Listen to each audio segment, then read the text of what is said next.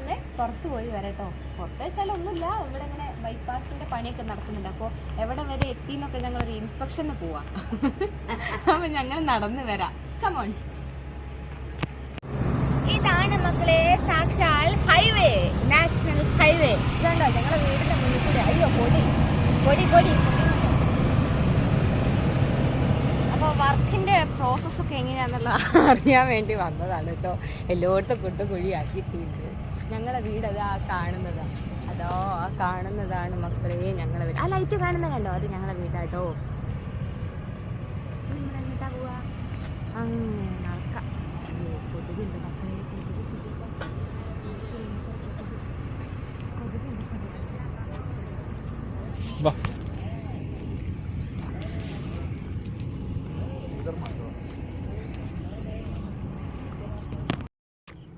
അപ്പം ബൈപ്പാസിൽ ഇരുട് വന്ന് ഞങ്ങൾ നടത്തൊക്കെ അവസാനിച്ച് ഞങ്ങൾ മെല്ലെ വീട്ടിലേക്ക് പോവാണ് കേട്ടോ. ഞങ്ങൾ നടത്തം ക്ഷീണിച്ചു. അപ്പം ഞങ്ങളിവിടെ ചെങ്ങോട്ടുകാവിൽ ഞങ്ങളെ ജ്യൂസൊക്കെ കുടിക്കാൻ വേണ്ടി.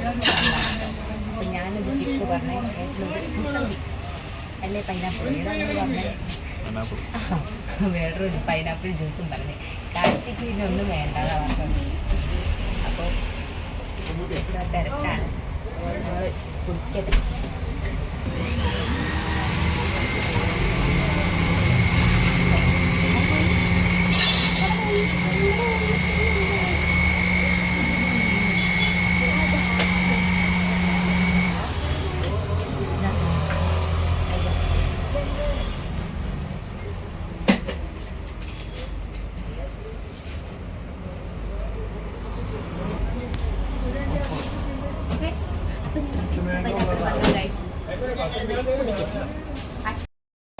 തണുപ്പായതുകൊണ്ട് കുടിക്കാൻ പറ്റുന്നില്ല.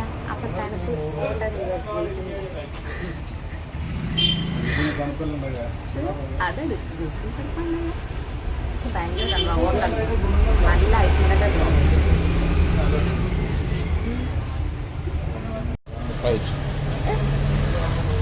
തണുപ്പ് വലിച്ചു കേട്ടിട്ട് കണ്ണൊക്കെ വെള്ളം വരുന്നത്. ഇത് രണ്ട് സ്റ്റോപ്പ് വെച്ച് കുടിക്കുന്ന ആൾക്കാരെ കാണുന്നുണ്ടോ?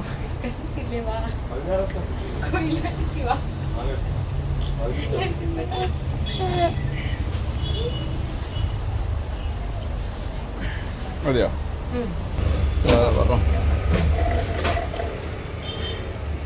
സൗണ്ട് കേട്ടോ ഗൈസ്. അപ്പം ഞങ്ങൾ കുടിച്ച് കഴിഞ്ഞു.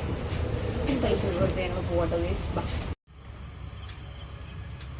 അപ്പം ഞങ്ങൾ ബൈപ്പാസിലൊക്കെ പോയി നടന്ന് ക്ഷീണിച്ച് വെള്ളമൊക്കെ കുടിച്ച് ഞങ്ങൾ തിരിച്ച് വീട്ടിലെത്തിയിട്ടുണ്ട് കേട്ടോ.